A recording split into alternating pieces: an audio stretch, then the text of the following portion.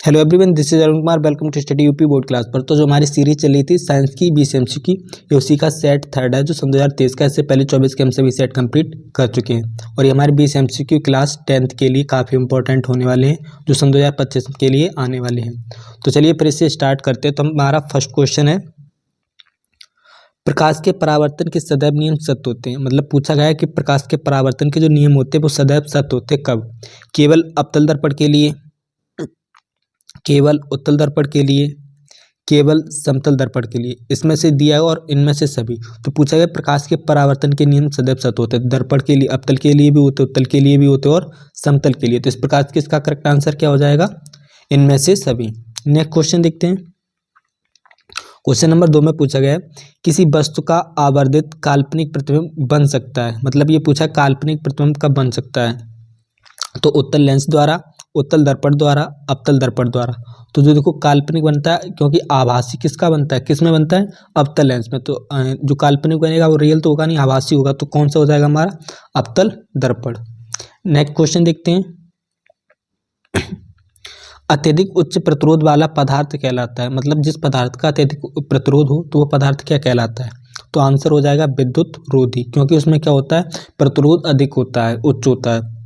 तो वो क्या हो जाएगा? विद्युत रोधी। क्वेश्चन नंबर 4 देखते हैं।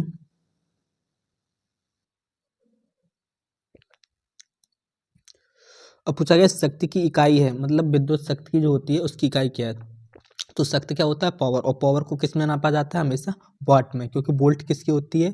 ये विभवांतर को वोल्ट में नापते हैं। जूल ऊर्जा होती है और कूलम क्यू होता है। तो देखते हैं नेक्स्ट।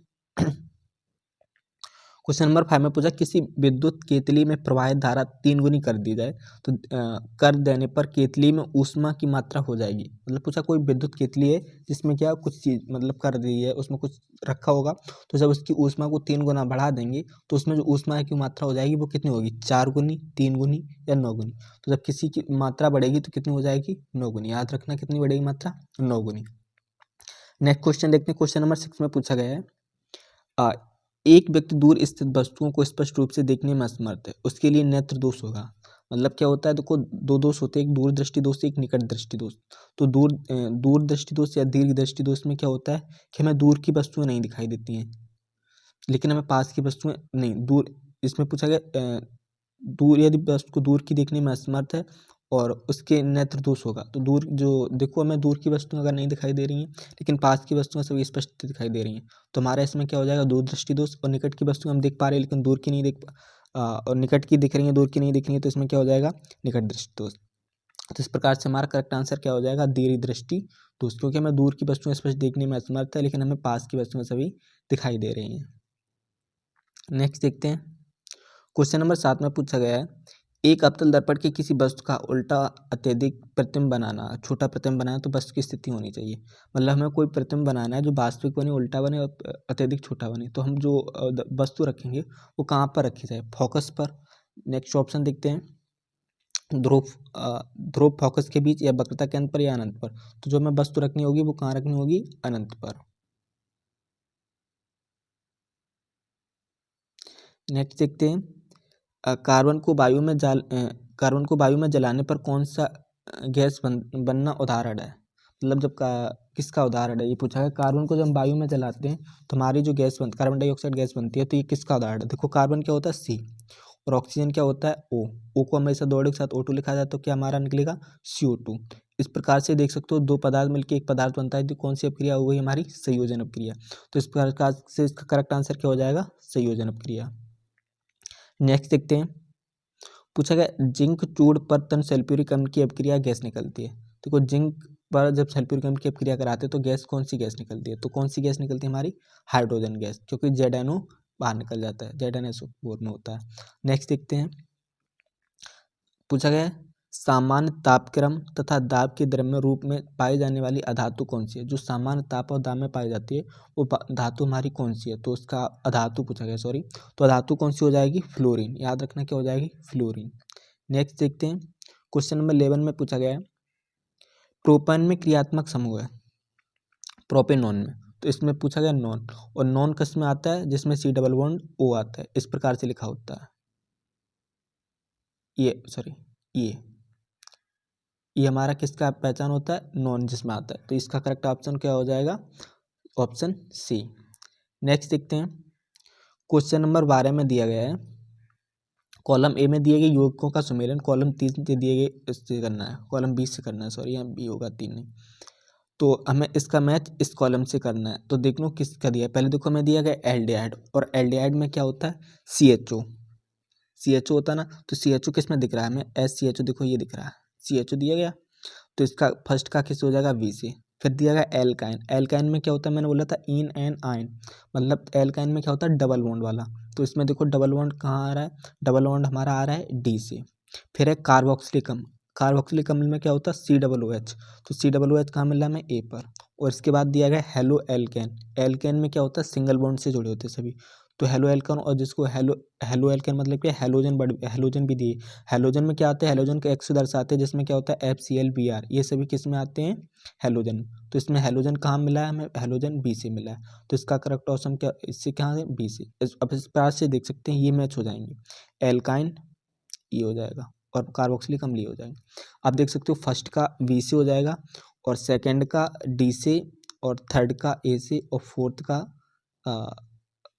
D का C से हो जाएगा, इस प्रकार से। अब देखते हो ऑप्शन में कौन सा मिल रहा है।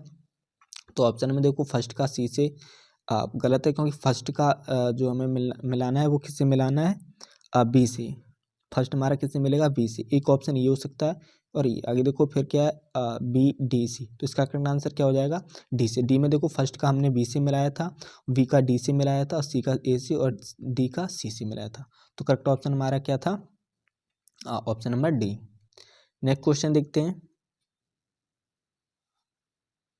पूछा गया कार्बन की संयोजकता होती है। तो कार्बन की सबको पता होती है कितनी संयोजकता होती है, 4 संयोजकता, क्योंकि कार्बन को जब बॉन्डों के साथ लिखा जाता है तो इस प्रकार लिखा जाता है। तो कार्बन की संयोजकता कितनी होती है, 4। नेक्स्ट क्वेश्चन देखते हैं, पूछा गया है, वह जैव प्रक्रम जिसके द्वारा हानिकारक पदार्थों का निष्कासन शरीर से होता है। मतलब कौन सा ऐसा जैविक पदार्थ है जो हानिकारक पदार्थ शरीर के अंदर होते हैं उनका निष्कासन होता है। तो किसके द्वारा होता है, जनन के द्वारा नहीं होता, क्योंकि जनन क्या होता है, नई संतति को नई संतति को लाने के लिए किया जाता है। पाचन में क्या होता है, भोजन का पचता है पर संचरण भी नहीं है। उत्सर्जन, उत्सर्जन क्या करता है, जो पदार्थ होते हैं बाहर निकालने का कार्य करता है। तो इसका करेक्ट आंसर क्या हो जाएगा, उत्सर्जन। क्वेश्चन नंबर 15 देखते हैं, पूछा गया प्रकाश संश्लेषण के दौरान निम्न में कौन सी क्रिया नहीं होती है। मतलब ऐसी कौन सी क्रिया जो प्रकाश संश्लेषण में नहीं होती है। तो देखो क्लोरोफिल द्वारा प्रकाश ऊर्जा का अवशोषित करना, ये बिल्कुल सही बात है, क्योंकि क्लोरोफिल की उपस्थिति में ही होती है। आगे प्रकाश ऊर्जा को रासायनिक ऊर्जा में परिवर्तन, ये भी करेक्ट है। कार्बन डाइऑक्साइड का कार्बोहाइड्रेट में अपचयन, ये भी करेक्ट है। ग्लूकोज का पायरोबिन अम्ल में विखंडन, ये इसका गलत हो जाएगा। तो ऑप्शन डी कैसा है, जो प्रकाश संश्लेषण की क्रिया के दौरान नहीं होता है।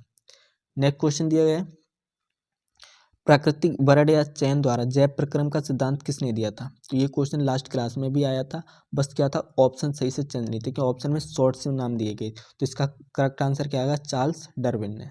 क्या है, चार्ल्स डार्विन ने।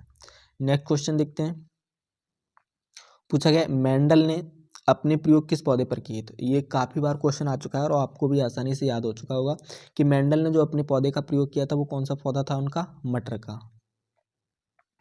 नेक्स्ट क्वेश्चन देखते हैं, निम्न में से किस पौधे को एक पुष्पलिंगी, मतलब ऑप्शन में कौन सा ऐसा है जो एक लिंगी पुष्प है। तो आपको पता है कि जो पुष्प एक लिंगी होता है वो किस में होता है, पपीते में। तो ऑप्शन यही हमारा करेक्ट हो जाए। ये भी रिपीटेड क्वेश्चन है, कई बार आ चुका है।